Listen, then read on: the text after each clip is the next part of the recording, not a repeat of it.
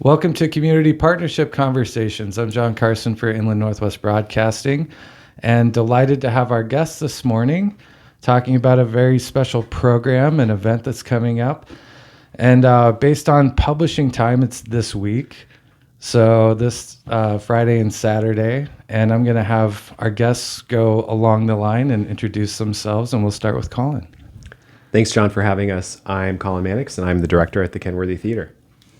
I am Hayley Noble, the executive director at the Latah County Historical Society.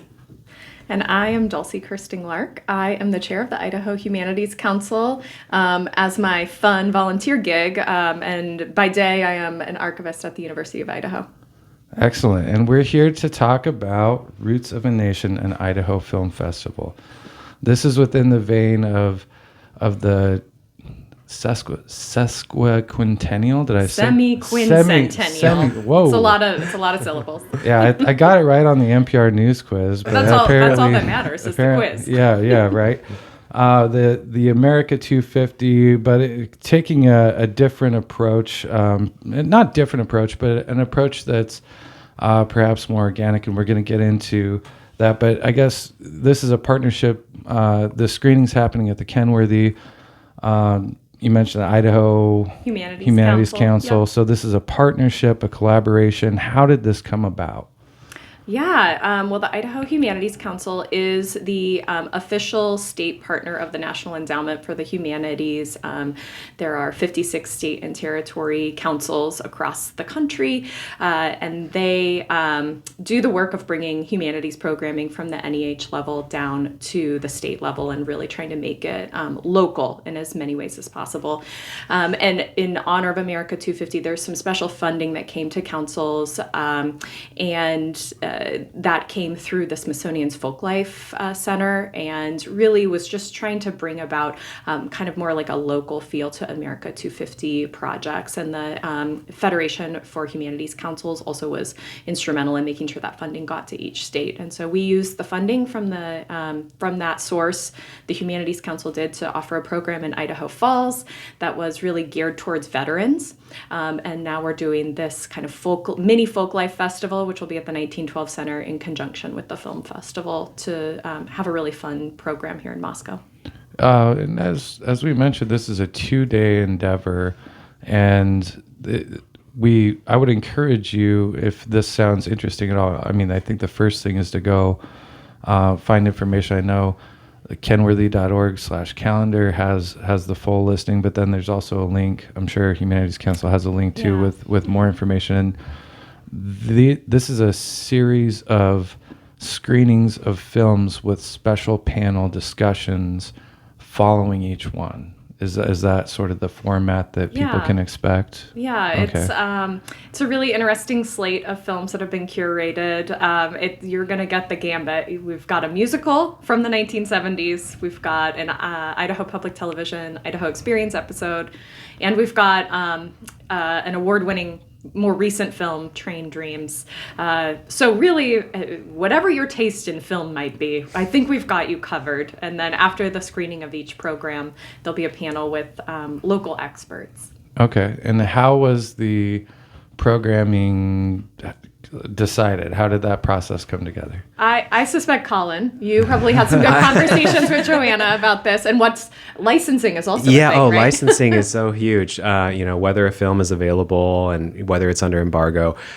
So we went back and forth on a number of options, and we wanted something that wasn't too Yankee Doodle dandy, but at the same time, we wanted to provide options that were going to appeal to a wide range of audiences, and celebrate and explore gaps, in our regional history relative to this, bigger celebration for America 250. So Train Dreams, I think, is a really great example of a film that kind of starts with an invitation to consider a historical lapse or gap in records about the indigenous people who have been part of the landscape before the arrival of extractive industries.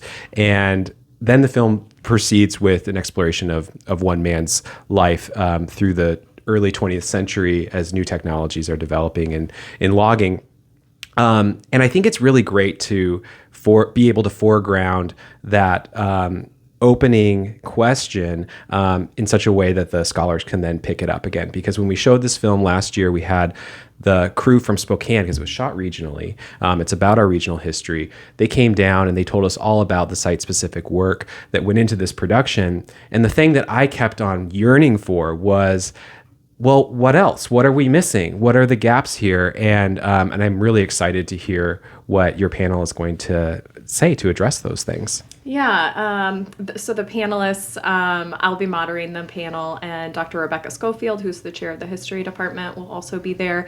And then Dr. Russ Mafe, who is with journalism and mass media and is, really a scholar of film history and pop culture, will also be on the panel for the two feature films.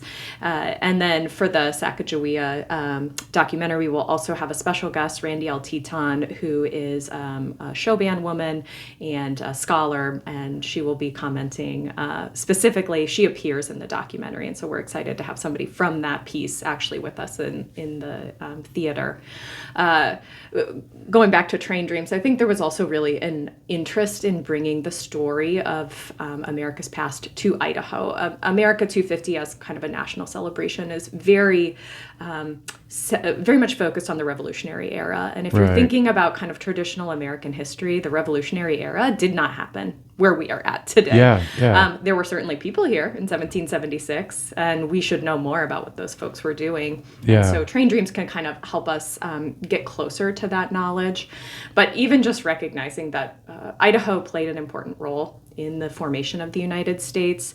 America 250 is not about one moment in 1776. It's about 250 continuous years of American progress and challenges and triumphs and setbacks and all of the things that make history interesting. Yeah. What is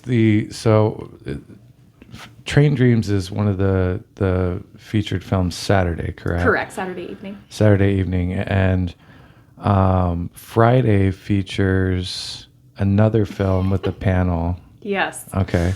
I laugh because it's sort of, amongst people who know me, they know musicals are not my chosen form of I'm in the same entertainment. boat. I'm in the same boat. And I confess I was a little bit charmed by this film. Okay. It's not going to be my go-to, but I think it's really interesting. And for anybody who's seen Hamilton, it's a really interesting juxtaposition. Hamilton was not the first musical to take a historical moment and turn it into entertainment.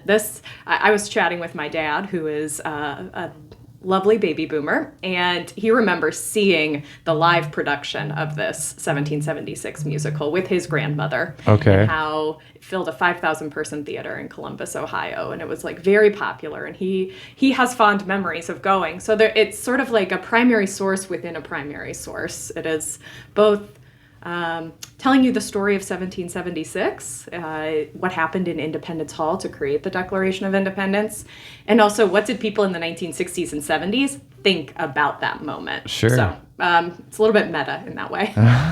And who are the panel that are going to make up that? That'll be Dr. Schofield and Dr. Mafe, and I will be, Okay. I'm sure I will interject my thoughts because I can't help myself. Can you give us a quick sense of what people in the 60s and 70s were thinking about relative to 1776? Yeah, the creator of the musical that then becomes the film that we will be watching really was clear-eyed with their intention. They wanted people to understand that the Founding Fathers, who we now call the Founding Fathers, by the way, they never called themselves the Founding Fathers. This is also kind of a modern invention. They were imperfect, and they argued, and they quibbled, and they were annoyed by trivial things, just like we are. And they were so warm in Independence Hall. It was 100 degrees and humid. Right. In 1776. They were just uncomfortable in their powdered wigs. They were cranky. And that's what they wanted to convey is these guys had to work out all of these compromises to get to a document. And I think there's some really effective ways that the film shows this did not happen on July 4th. They didn't just sit down in the morning and pen the Declaration and great, now we can all go to dinner. This was a weeks-long, in fact, a year-long process. The Second Continental Congress was in session for more than a year by the time they got to drafting the Declaration fully.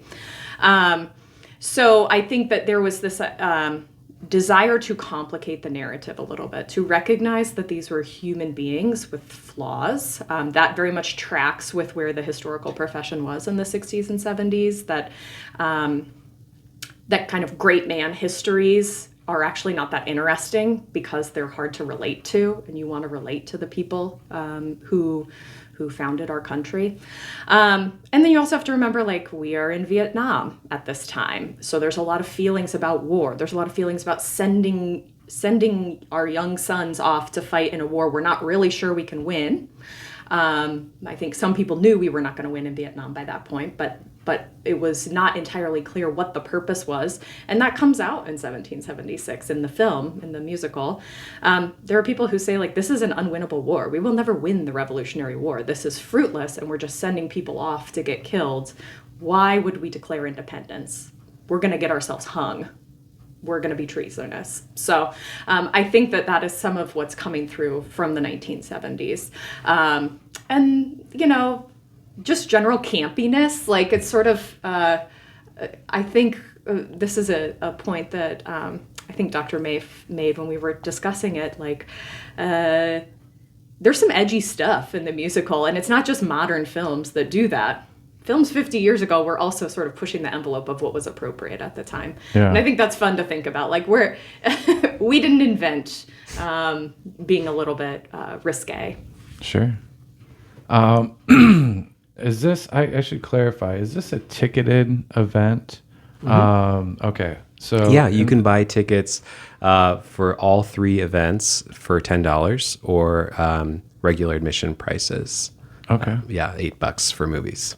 And then Saturday also features, as you mentioned, a documentary. Do you want to talk a little bit about that documentary that is also being screened Saturday?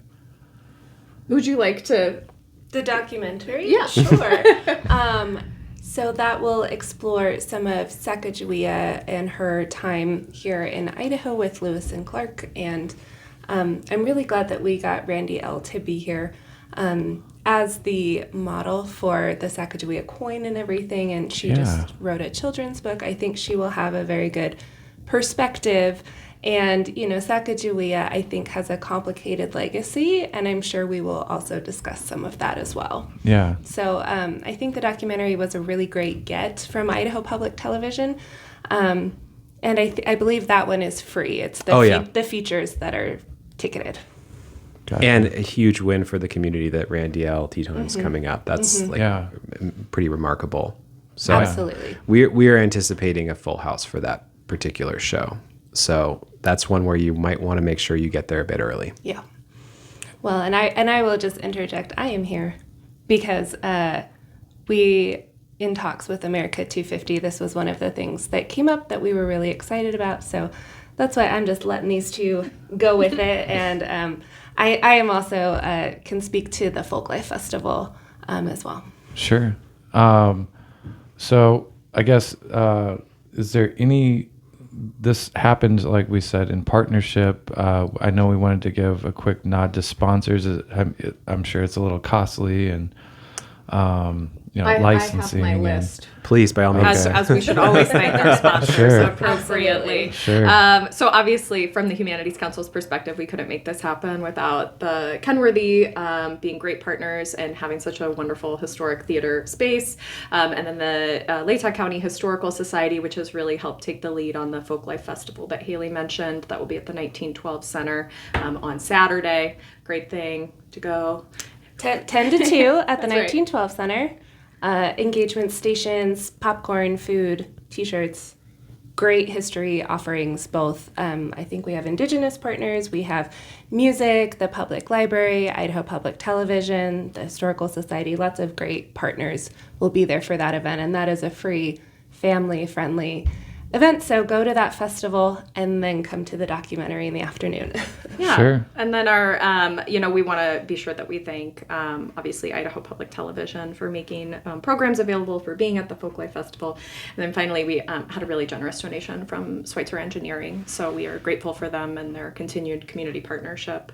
And as I mentioned, just the Smithsonian Folklife Center was really the one that made any of this possible. They will have film crews while we are doing this program. There will be film crews for the Smithsonian. They'll be filming, and it will go into the Folklife Center's archives as a way to just capture how America 250 was celebrated and commemorated across the country. So every council is producing content that will go in as sort of like a I don't actually like time capsules. That's a thing that archivists will tell you. Time capsules are actually kind of bad. But it is a record that people can gain access to. 50 years from now, they can see what we were doing, just like we like to reflect on what did people do in 1976 or 1876. Sure. So Saturday at the 1912 Center, did we talk about this event? Do you want to highlight a few more things about like the programming for this event? So really this is, if you think of the Folklife Festival that happens in DC every year, there is an annual Smithsonian Folklife Festival. Okay. We were taking the same concept and just kind of miniaturizing it to create opportunities for people to really engage with our local history. So I know for the Historical Society, we will have a station on some of the mining history that was done here. I know we've got some beading and poetry and quilting. So really those tactile forms of history that we can see, we can engage with, things that are maybe take a little more craft and really highlight the craft movement and all of those different things within history. And so it's a good opportunity to engage if you're just like, I don't know what to do on a Saturday, let's go see what this is all about. It's a great opportunity, and the Humanities Council has been very wonderful to work with. I think that's really a highlight for all of this programming. It's a really big partnership between many different organizations, and that's kind of been what we've done for the whole America 250 commemoration to begin with. Is it's all about the partnerships. And so I think that will be a really fun time. It's free, 10 a.m., 2 p.m., 1912 Center, Saturday, August 29th. We're not in October yet. And you mentioned some of those partnerships and collaborations. So who are the folks that are going to help make some of that programming possible again?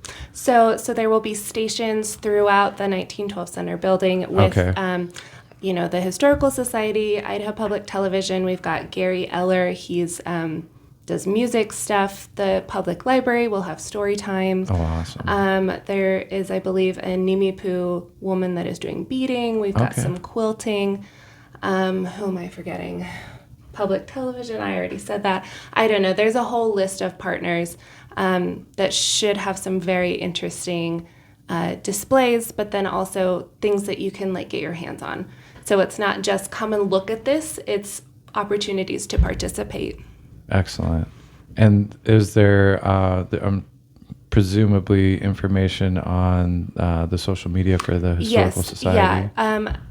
All of our partnerships, we've all been posting regularly about it, both the Film Festival and the Folklife Festival.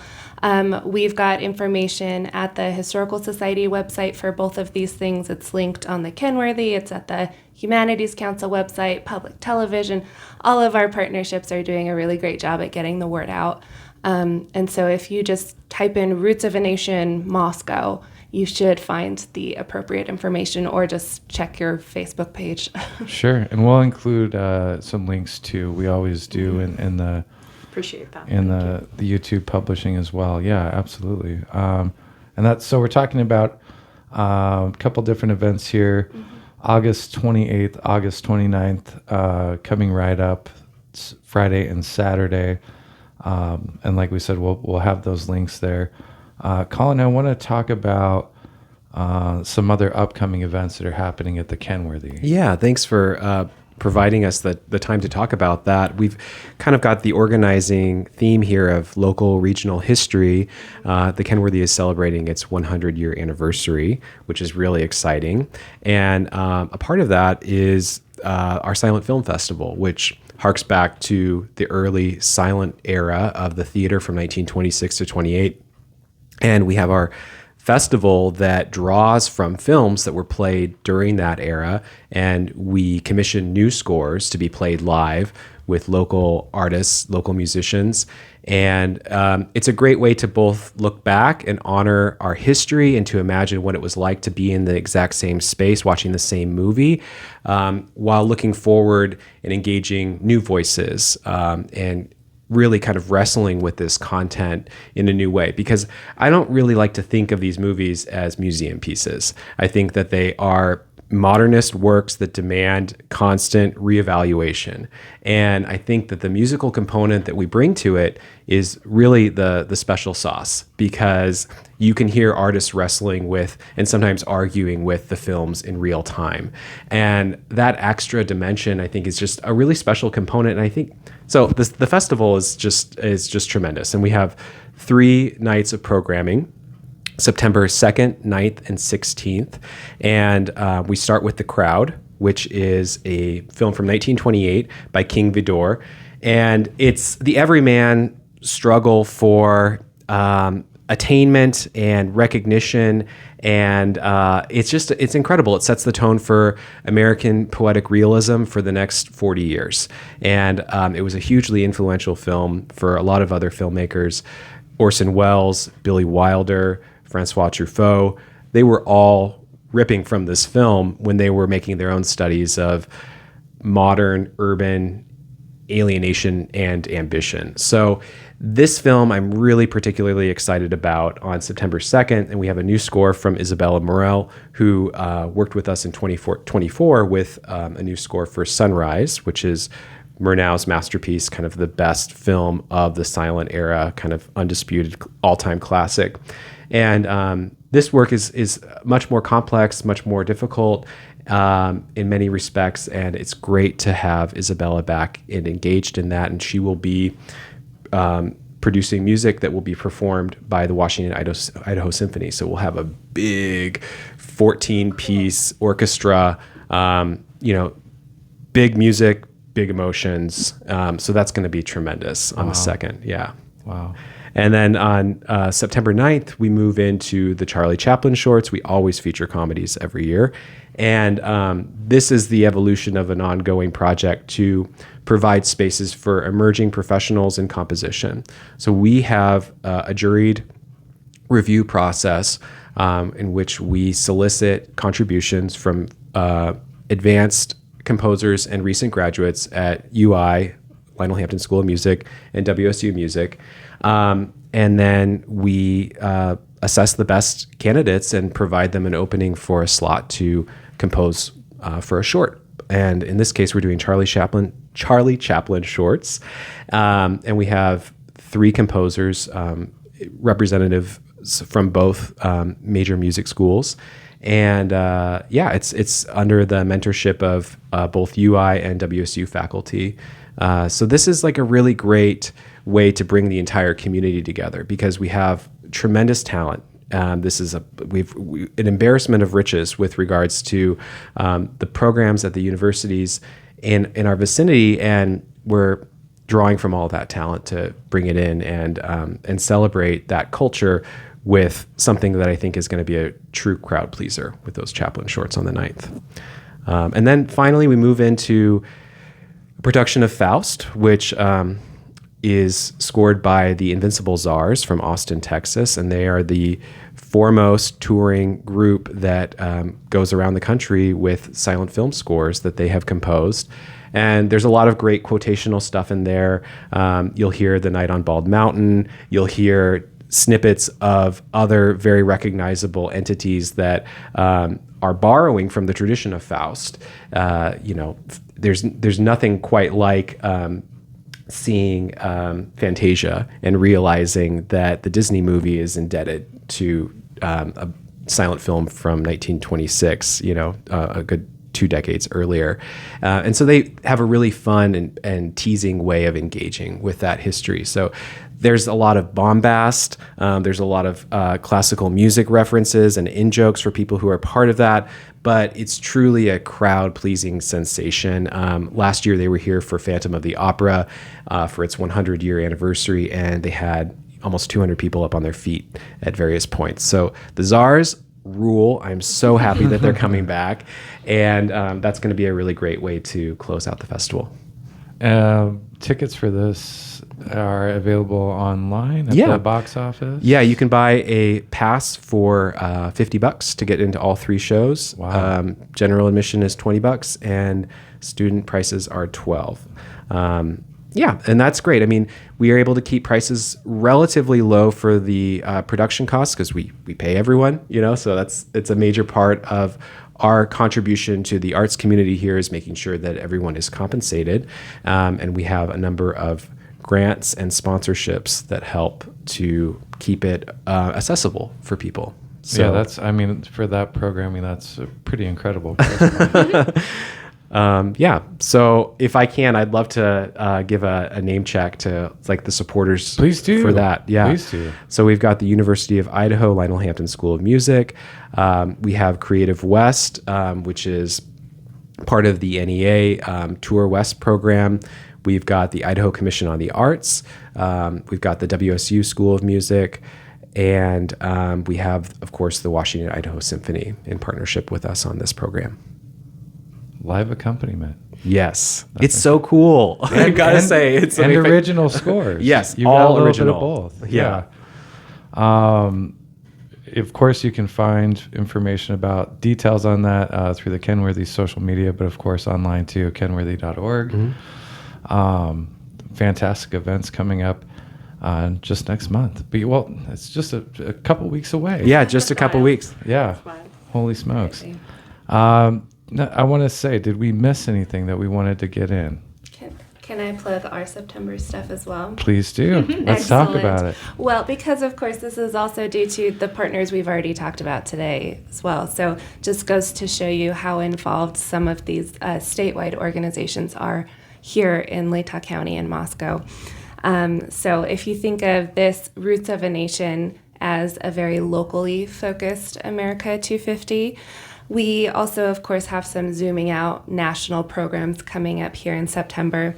The Latah County Historical Society is hosting a 1-hour screening that's free of the American Revolution, the PBS series that was done by Ken Burns, Sarah Botstein, and David Schmidt that came out last year. And that is thanks to Idaho Public Television. And then, of course, Moscow loves a panel. After that 1-hour screening, we are also having a panel to talk about, okay, so we signed the Declaration of Independence, but that didn't apply to everybody. So post-screening, we will have a discussion with some of our local experts on, in that 250 years since then, where have we come with some of these rights and for the populations that were left out, the communities of color, women, our LGBTQ community, all of these people that are still fighting for certain rights. We want to have a discussion about that history because it's important to us. And so that will be Monday, September 28th at the Kenworthy, and starts at 6 p.m. And of course, that is also thanks to our local Rotary Club and Moscow Central Lions Club. They helped us pay for that, which we appreciate. And then the next day, we have the Idaho Humanities Council. They did a special America 250 Speakers Bureau program that we took advantage of, and we are hosting Suds with a Scholar, which is a local program that Dulce started when she was in my position. And we are hosting Dr. David Adler. He's coming up from Boise. He's a scholar on the Declaration, so he's doing a program that is going to be Tuesday, September 29th at 6:30 at the 1912 Center. So a couple kind of national examinations of the America 250 after we do our local focus. So lots going on in September history-wise at all of these organizations. That's excellent. Like we said, we'll put links so everyone can find more details about this and the specific events. We'll make sure to try to link. I think we can put quite a few in there, so we'll make sure we covered a lot today. So I want to make sure we have links to everything appropriately too. I would be remiss if I don't do then a final plug for something, if that's okay. You ought to, yeah, Okay. you ought All to. right.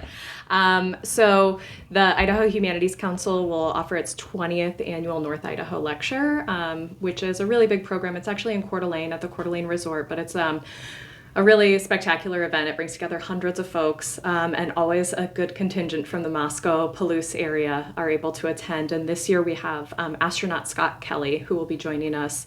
He's going to be talking about what do you learn about humanity when you're in space, when you can see everybody at once. Sure. And I think it's going to be a really special program. We had to, last year we weren't able to hold the program because of some funding challenges with the National Endowment for the Humanities, but we're really excited to be back this year.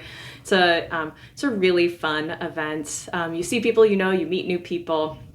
Tickets are on sale. It's a dinner and a really wonderful presentation. So that's late October. October 29th, I believe, is the date. But you can find more information on idahohumanities.org. Okay. But I have to say, like, that's really exciting. We've had David Brooks in the past. We've had, we've had some really spectacular speakers. Excellent. Well, this has been fantastic. Appreciate all this info and the collaboration, the efforts that you all as individuals and leaders in the community do for these types of programs, because without that vision and follow through and the gigantic to-do lists that come with all of these projects, we wouldn't have those enriching things that are non-typical for a community of 30,000 people. So we do appreciate what you do to create these programming opportunities for locals. So thank you for that. Yeah, and thank you, John. I mean, having local radio is such an important part of being a thriving community. So we're really grateful that there is local broadcasting, and we're not reliant just on national news. We're in the same boat. Yeah. Glad to be here, and it's our absolute pleasure. And we thank you for joining Community Partnership Conversations today. And like I said, we'll have all the links in the YouTube video to go ahead and find that. So as we close out, we'll talk to you next time. Thank you. Thank you, John. Thank you, John. Hey, there we go. Okay. We did it.